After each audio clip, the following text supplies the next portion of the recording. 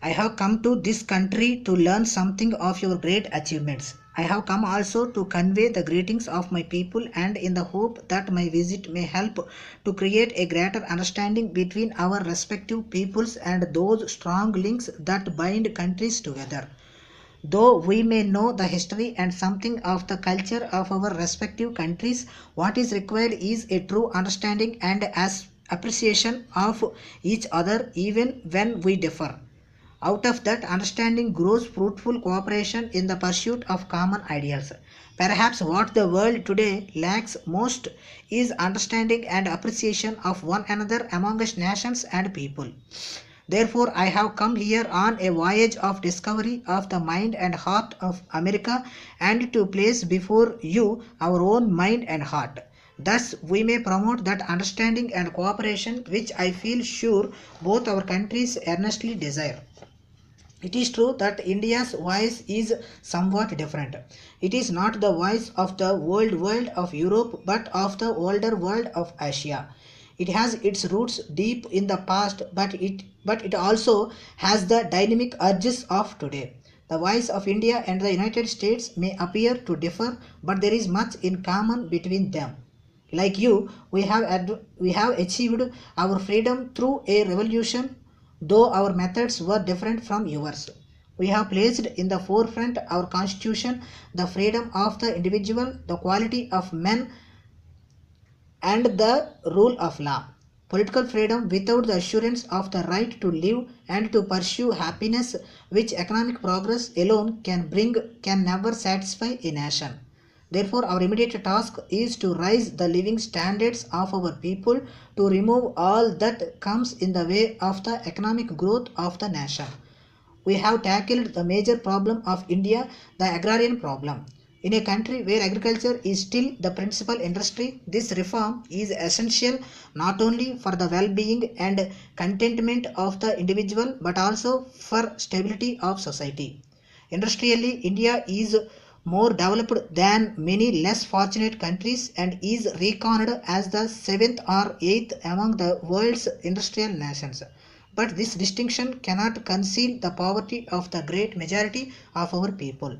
To improve this poverty by greater production, more equitable distribution, better education, and better health is the paramount need and the most pressing task before us, and we are determined to accomplish this task. We realize that self help is the first condition of success for a nation, no less than for an individual. We are conscious that ours must be the primary effort and we shall seek succor from none to escape from any part of our own responsibility. But though our economic potential is great, its conversion into finished wealth will need much mechanical and technological aid.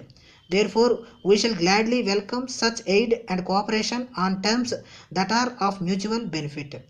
We believe that this may well help in the solution of the larger problems that confront the world. But we do not seek any material advantage in exchange for any part of our hard won freedom.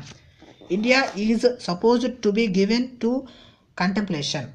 At the same time, the India of today has also developed a certain dynamism and a passionate desire to raise the standards of her people.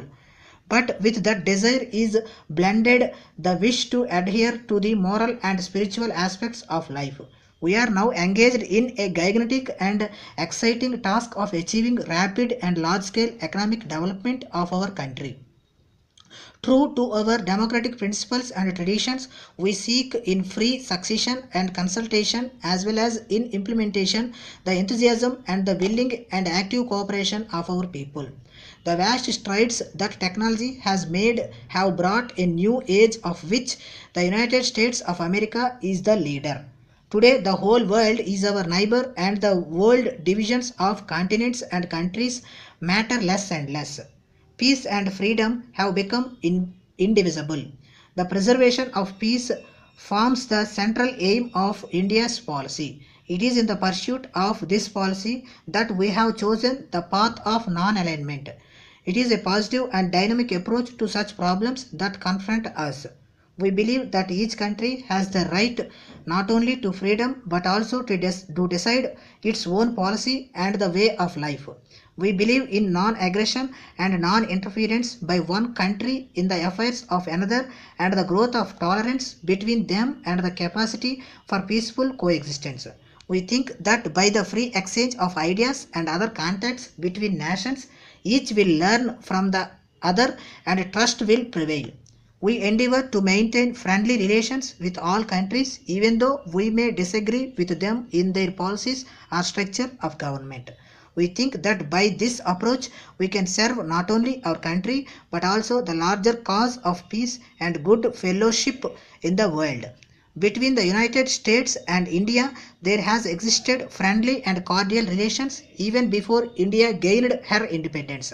Our two republics share a common faith in democratic institutions and the democratic way of life and are dedicated to the cause of peace and freedom.